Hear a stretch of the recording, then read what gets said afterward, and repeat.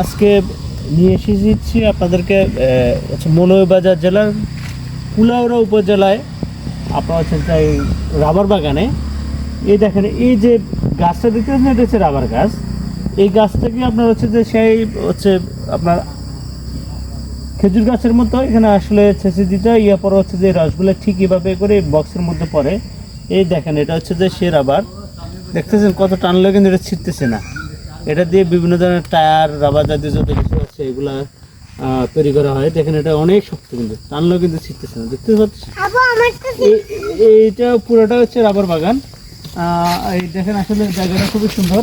এখানে আসলে পর্যটকের সংখ্যা খুবই কম, যেহেতু এটা অনেক উপরের জায়গা একটা, আর নির্জন এরিয়া, তো এখানে আপনার পর্যটক তেমন একটা পাওয়া যায় না। তো হচ্ছে এই যে এই জায়গাটা পুরোটা হচ্ছে রাবার বাগান।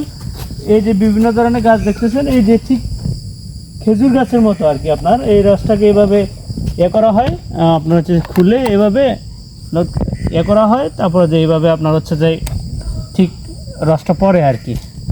তো প্রিয় দর্শক মণ্ডলী, আমরা চেষ্টা করি আপনাদেরকে ভালো কিছু দেখানোর জন্য। এই যে দেখেন কত বড় একটা রাবার, দেখতে পাচ্ছেন।